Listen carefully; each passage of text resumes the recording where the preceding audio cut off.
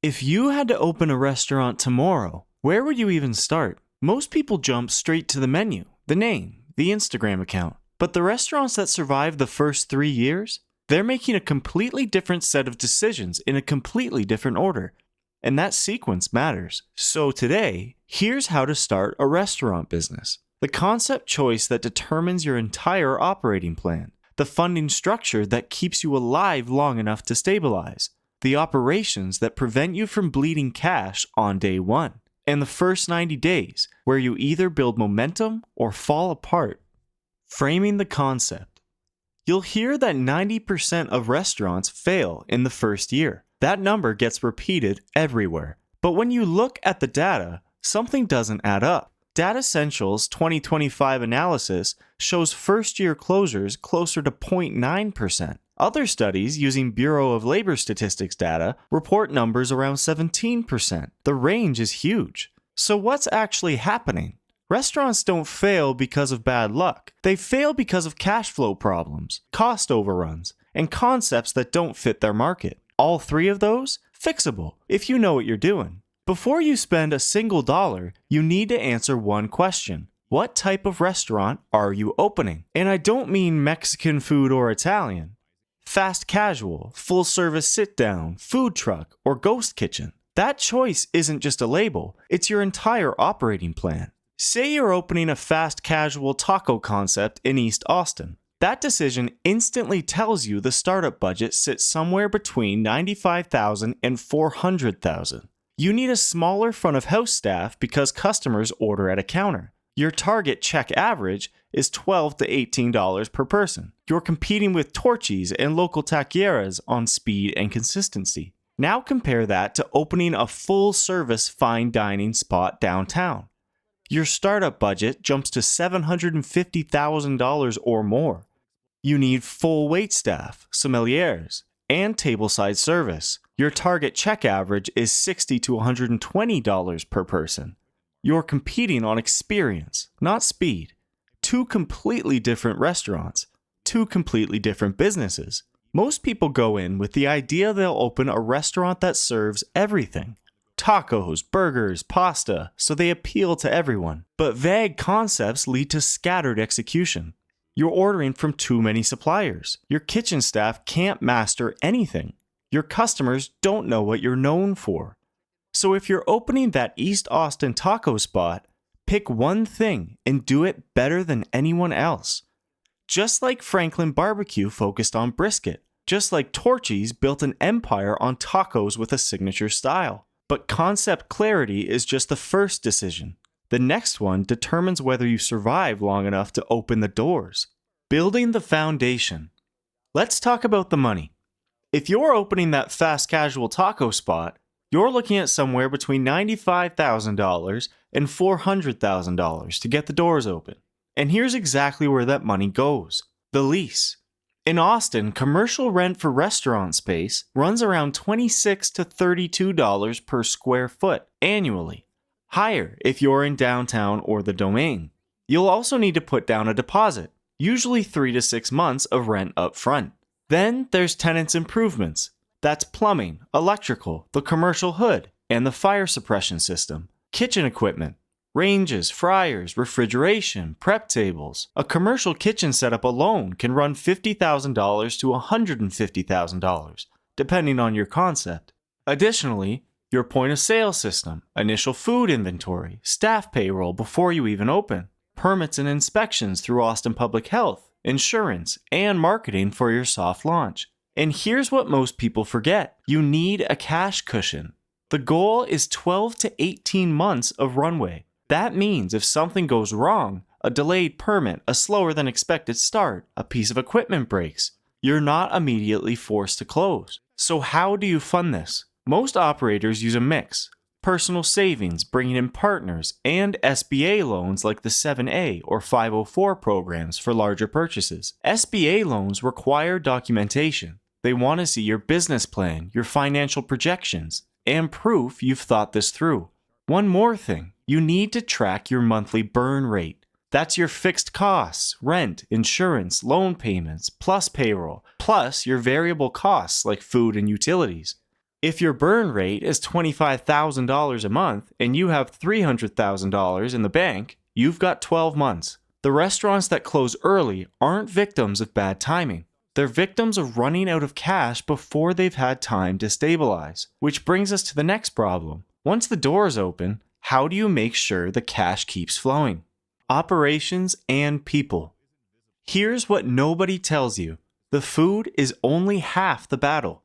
The other half is operations. Every successful restaurant runs on systems. They're called SOPs, Standard Operating Procedures. An SOP is just a documented process. How do you prep ingredients in the morning?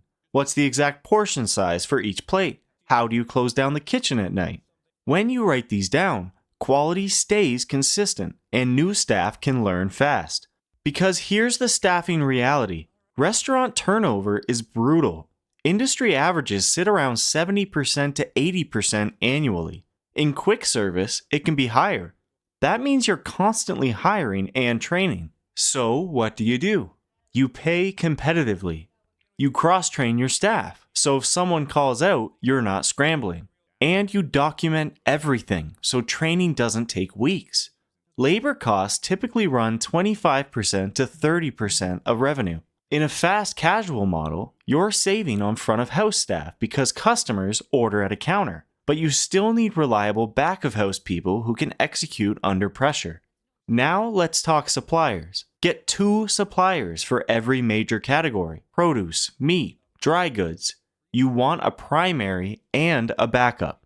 Because if your main distributor runs out of avocados the week you're promoting a loaded guac taco, you need another option immediately. In Austin, that might mean working with a local produce distributor and keeping a relationship with a regional wholesaler. You're ordering weekly, sometimes twice a week, for fresh items.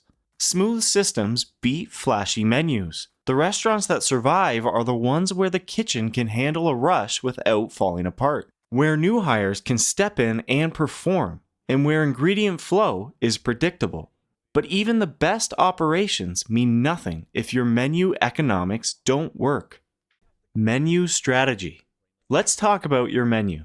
Smaller is better. Most new restaurant owners go in with 40 items on the menu to appeal to everyone. But here's what actually happens. Your food cost spikes because you're ordering ingredients that barely get used. Your kitchen slows down because of staff who are juggling too many recipes, and the quality suffers. Compare that to Franklin Barbecue. They serve brisket, ribs, pulled pork, sausage, and a handful of sides. That's it. And people wait in line for hours. Or look at Torchy's. They built a multi-location empire on a focused taco menu with a signature style. So here's how to design the menu for that East Austin taco spot. 5 to 7 core tacos. Maybe a breakfast taco section and a lunch section. A couple of sides, 1 or 2 rotating specials to test new ideas. Each item has a target food cost, and the goal is 28% to 35%. Pick ingredients that overlap so you're not ordering 50 different items.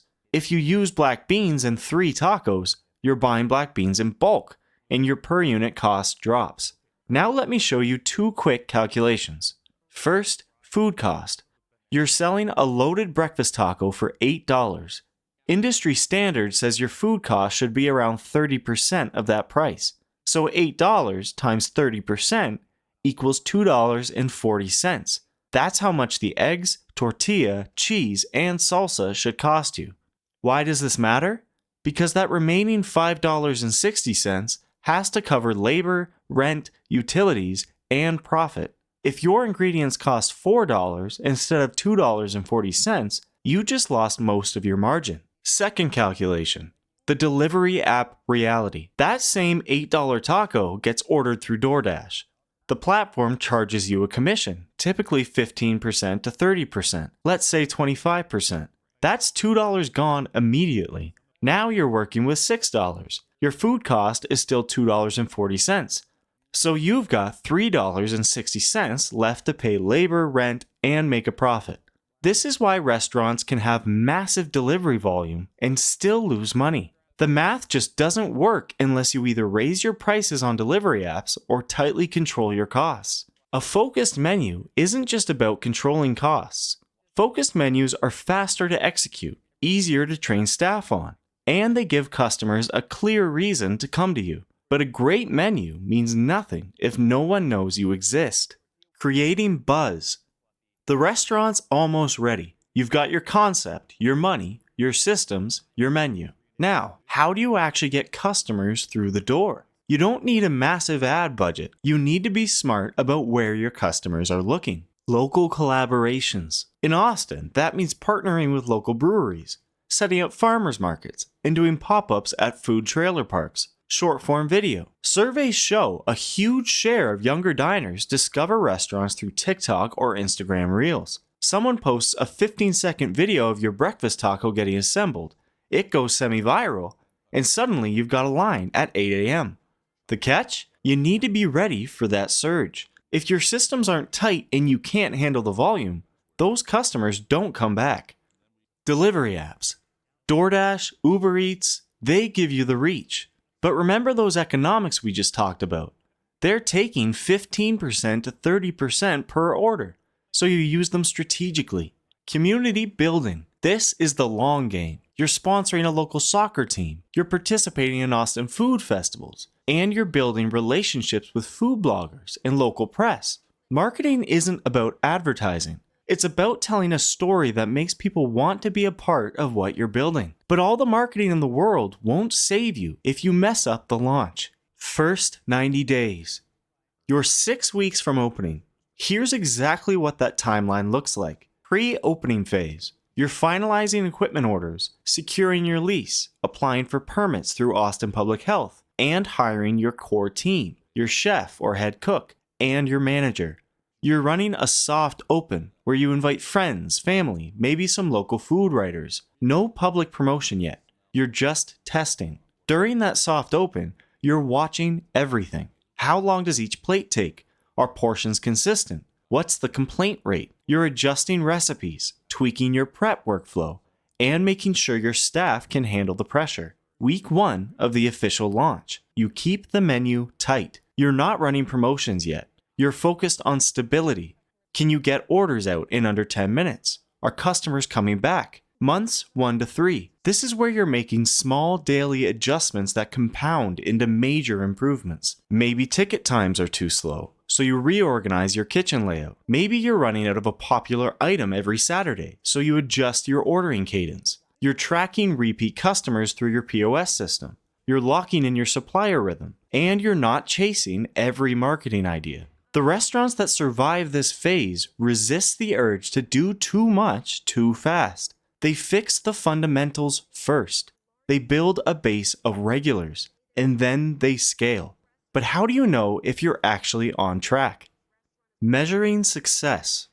Here are the numbers you track every week. Food cost percentage. You're aiming for 28 to 35%. If it's creeping higher, something's wrong. Maybe portion sizes are inconsistent. Maybe you're over-ordering, and food is spoiling. Labor percentage. Target varies by concept, but usually 25 to 35%. Prime cost. That's food cost plus labor cost. This should be under 60% if possible. Covers per seat. How many customers are you serving per seat per day? This tells you if your space is being used efficiently. Repeat rate. What percentage of customers come back? This is your loyalty indicator. Here's what you ignore. Social media follower count. Instagram likes don't pay your rent. They only matter if they're converting to actual visits and orders. The restaurants that fail are often tracking the wrong things. They're celebrating viral posts while their food costs are at 45% and they're bleeding cash. Starting a restaurant isn't about luck. It's about making the right decisions in the right sequence. If you're opening that East Austin taco spot, this is the playbook. Choose one concept and execute it relentlessly. Build 12 to 18 months of runway. Lock in systems before opening. Keep the menu focused. And spend the first 90 days stabilizing instead of scaling. The restaurants that make it aren't doing anything revolutionary. They're just avoiding the mistakes that kill everyone else. So here's the question. If you had $100,000 and had to open a restaurant tomorrow, what would you choose? Drop your answer in the comments. If this helped, hit the like button, subscribe, and turn on notifications for more videos.